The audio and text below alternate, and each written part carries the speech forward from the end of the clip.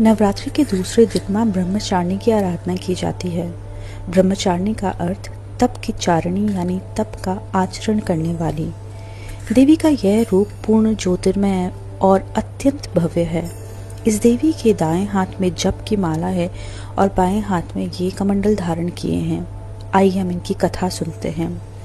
कथा के अनुसार पूर्व जन्म में इस देवी ने हिमालय के घर पुत्री के रूप में जन्म लिया था और नारद जी के उपदेश से भगवान शंकर को पति के रूप में प्राप्त करने के लिए वो घोर तपस्या करने लगी। इस कठिन तपस्या के कारण उन्हें तपचारिणी अर्थात ब्रह्मचारिणी का नाम से अभिहित किया गया। 1000 वर्ष तक इन्होंने केवल फल फूल खाकर बिताए और 100 वर्षों तक केवल जमीन पर रहकर शाख पर निर्वाह किया। कुछ दिनों तक कठिन उपवास रखे और खुले आकाश के नीचे वर्षा और धूप के घोर कष्ट सहे। 3000 वर्षों तक टूटे बेलपत्र खाए और भगवान शंकर की आराधना करती रहीं। इसके बाद तो उन्होंने सूखे बेलपत्र भी खाना छोड़ दिया। कई हजार वर्षों तक निर्जल और निराहार रहकर तपस्या करती रही। पत्तों का खाना छोड़ देने के कारण उनका नाम अपर्णा पड़ा।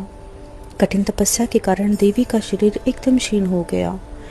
सारे देवता ऋषि मुनि सभी ने ब्रह्मचारिणी की तपस्या को अभूतपूर्व पुण्य कृत्य किया, सराहा और कहा, हे देवी, आज तक किसी ने इस तरह की कठोर तपस्या नहीं की है।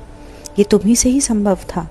तुम्हारी मनोकामना परिपूर्ण होगी और भगवान चंद्रमौली शिवजी तुम्हें पति के रूप में प्राप्त होंगे। अब तपस्या छोड़कर आप घर लौट जाओ। जल्द ही तुम्हारे पिता तुम्हें बुलाने आ रहे हैं। इस देवी की कथा का सार ये है कि जीवन में कठिन संघर्षों में भी मन विचलित ना करें। मां ब्रह्मचारिणी देवी की कृपा से सब सिद्धि पूरी होगी। दुर्गा पूजा के दूसरे दिन देवी के इसी रूप की उपासना की जाती है। जय माता दी।